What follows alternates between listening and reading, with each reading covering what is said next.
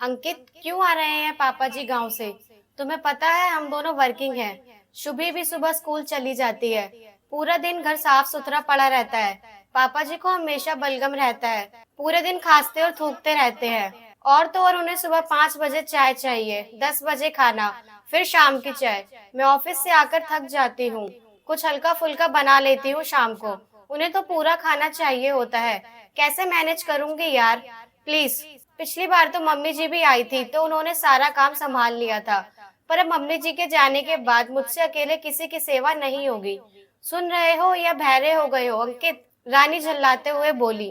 अंकित, तो क्या चाहती हो, मैं पापा को मना कर दूं कि मत आइए? आपकी बहू मना कर रही है। वो आपको 2 रोटी भी नहीं खिला सकती। तभी शुभी कमरे से आंख मलती हुई बाहर आई। क्या कहा आपने पापा? दादू आ रहे हैं? I am very happy. मैं दादू को बहुत मिस करती हूँ। अब तो दादी भी गॉड के पास चली गई हैं। दादू बहुत रोते हैं मम्मा। मैंने फोन पर बात की थी उनसे। रो रहे थे, कह रहे थे याद आ रही है बिट्टू, तभी आ रहे हैं। मेरी हर बात मानते हैं दादू। अब मैं खूब मस्ती करूंगी उनके साथ। आप तो रहती नहीं है घर में, स्कूल से आकर बोर हो जाती हूँ। मम्मा, मैं खेलने जा रही हूँ पार्क में। सबको बताऊंगी मेरे प्यारे दादू आ रहे हैं। चहकती हुई शुभी बाहर चली गई। अंकित, देख रही हो रानी कितनी खुश है शुभी। कितना जीवन होता है बूढ़े लोगों का। वो खुश रहती है अपने दादू के साथ। और पापा भी माँ को ज्यादा याद करके परेशान नहीं होंगे। वैसे भी तो वो ज्यादा दिन नहीं रुकते। उन्हें गांव की याद आने लगती है, चले जाएंगे। रानी, तुम दोनों को कुछ करना ही नहीं पड़ता इसलिए ऐसा बोल रहे हो। मेरी लाइफ तो बिल्कुल चक्करगिन्नी सी हो जाएगी। अब आ रहे हैं तो आने दो। पूरा मीरा को फिर बुला लेना। और ज्यादा दिन रुके तो वो मैं मम्मी के पास चली जाऊंगी शुभी को लेकर। वहीं से ऑफिस चली जाया करूंगी। तुम दोनों बाप बेटे आराम से रहना। अंकित, ठीक है, आने तो दो यार पुणे पहले। अभी से ये दिमाग खराब कर रही हो। अंकित निर्धारित समय पर पापा जी को ले आया। रानी ने दरवाजा खोला तो आश्चर्य से रह गई, क्योंकि पापा जी अकेले नहीं आए। उनके साथ रानी के मायके से उनके मम्मी पापा भी आए थे। रानी की खुशी का ठिकाना नहीं रहा। उसने पापा जी के पैर छुए, मम्मी पापा के गले लगी, सभी को पानी दिया, चाय नाश्ता कराया। रानी ने अपनी मम्मी से खूब जी भरकर बातें की। शुभी भी सभी को घर में एक साथ देखकर खुशी से फूली नहीं समा रही थी। मम्मी, आप दोनों पापा जी के साथ यहाँ कैसे? आपको तो एक दिन भी फुर्सत नहीं होती। मैं कहती हूँ तो भी आप नहीं आती। मम्मी, बेटा तेरे ससुर जी ने फोन किया। कहते आप लोगों से मिलने का मन है और कुछ जरूरी बातें भी करनी है। आप लोग बहू के घर आ सकते हो तो आ जाइए। मैं भी आ रहा हूँ। समधी जी के आग्रह को हम ठुकरा नहीं पाए। तभी रानी के ससुर जी ने सभी को आवाज लगाई। सभी हॉल में आ गए। जी समधी जी, कहिए। आपने हम सबको किसी विशेष मकसद से यहाँ बुलाया है क्या? जी गुप्ता जी, जब से मेरी पत्नी अंकित की माँ मुझे छोड़कर गई है, तब से बस जिंदगी कट रही है। जी नहीं रहा हूँ, बस रुक रुक कर सांसें चल रही हैं।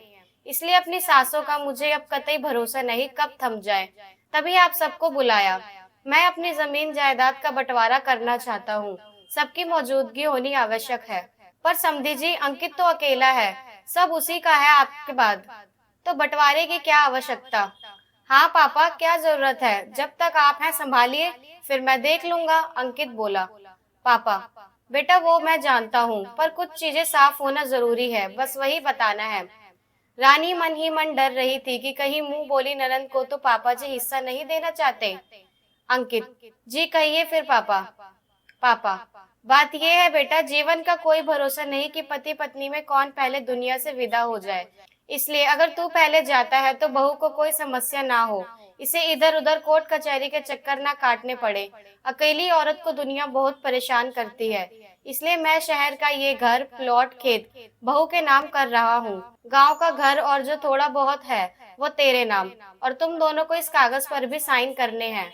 अगर मेरे बाद सविता अपने मायके आती है तो उसे जैसा मान सम्मान अभी मिलता है वैसा ही मिलता रहेगा, अन्यथा वो जायदाद में हिस्सेदारी ले सकती है।